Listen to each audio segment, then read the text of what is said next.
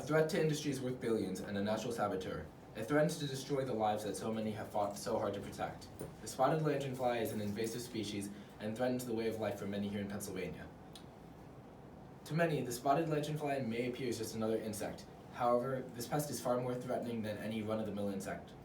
It has concerned officials enough that just this year alone, $17.5 million was set aside by the Secretary of Agriculture to combat it.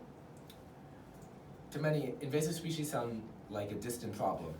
However, this problem is one that both began and still infests bergs. It has the ability to decimate a variety of crops, such as grapes, apples, and stone fruits, and it poses a major threat to the logging industry. If allowed to spread, our problems won't just end there. The lanternfly could ruin far more than just a few counties. First identified in Berks in 2014, the spotted lanternfly has since spread to 12 other counties in Pennsylvania. Quarantines have been established at each of the counties, regulating shipping of materials and construction debris. Neighboring states have been preparing for the potential invasion of lanternflies since it was first sighted in the US, and the news of its destruction isn't new. It infested Korea and has been a pest there a few years prior to its introduction to the States.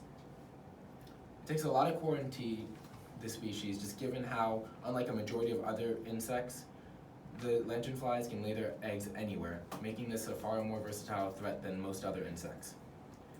Now, what makes it such a high priority target are the plants that it kills.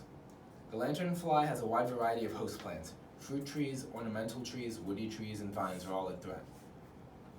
A variety of industries are at risk due to the recent introduction of lanternflies, and according to the USDA, around 20.5 million in the grape industries, nearly 134 million in apple industries, and more than 24 million in stone fruit industries are all being threatened in Pennsylvania alone.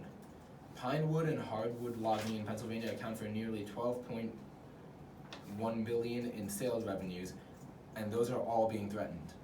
Clearly, the lanternfly poses a major threat economically, and it doesn't even end there.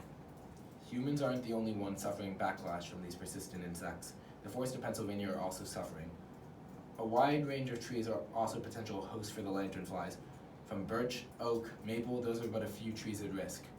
The lanternflies feed off the sap of the trees, and the sap invites the growth of fungus, which can kill the trees in days.